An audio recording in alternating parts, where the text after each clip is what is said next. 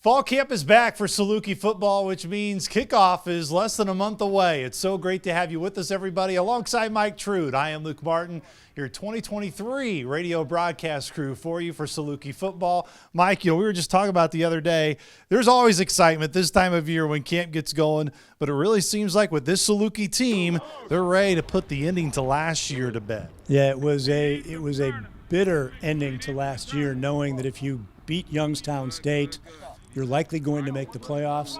You have a lead in that game going into the fourth quarter, and then it all falls apart.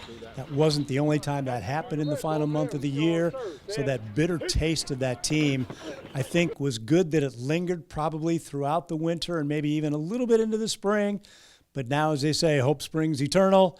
It's the calendar turns, and it's time for a brand new year. Well, I thought that was really important that Nick brought that up, Nick Baker, that is, to us early in fall camp. He said, look, I've not forgotten about last year. I think there's a big part of him and the team that's coming back that played.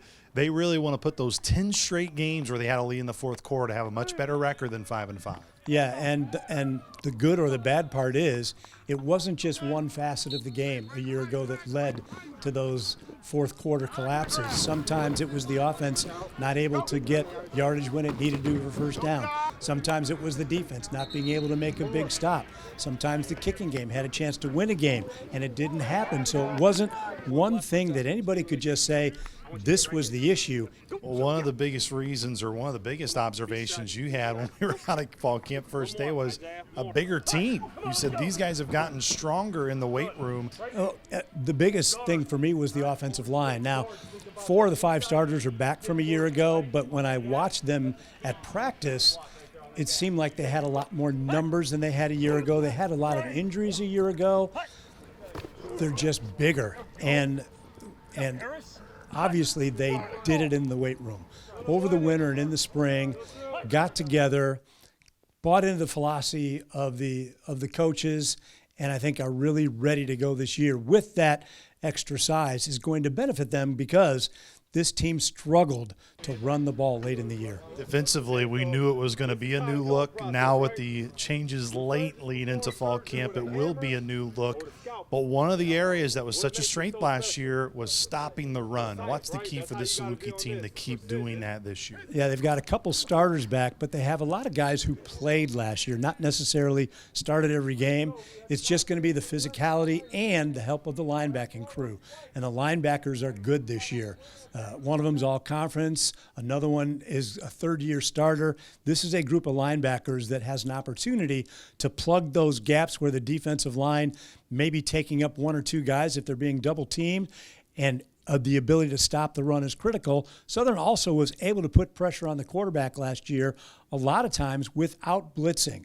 So if those defensive ends can make their presence known in the backfield and put some pressure on the quarterback, the run game is the lack of a run game is going to come right along with that. Well, on the other side of that, Mike, is trying to create turnovers. They didn't turn the ball over a ton last year, but now being more opportunistic defensively, I know Antonio and that defense, that's going to be an area of focus. Yeah, I can only remember a couple of games last year where turnovers were key for this team, specifically the game at Northwestern where they upset that FBS program up in Evanston.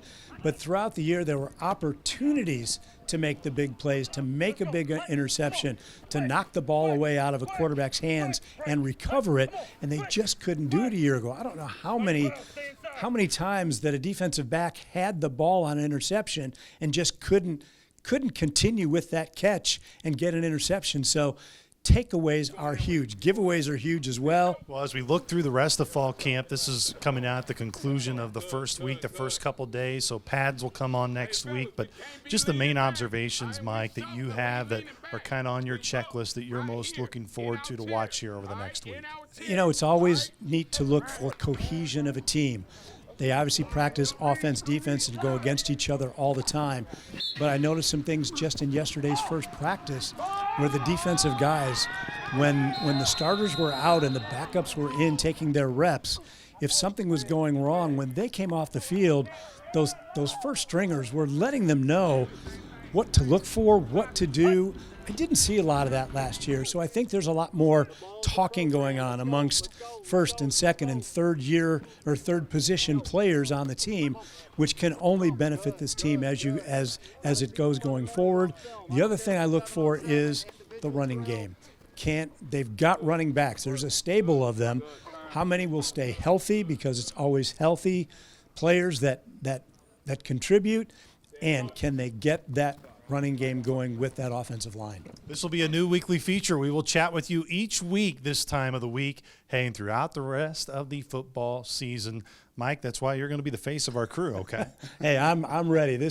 I'm so excited for this year. Me too. It's going to be an exciting time for all the latest coverage on Saluki football. You know where to stay, and that's right here at SIUSalukis.com. Iron, sharper iron, baby. Hey, found me on 3. 1, 2, 3.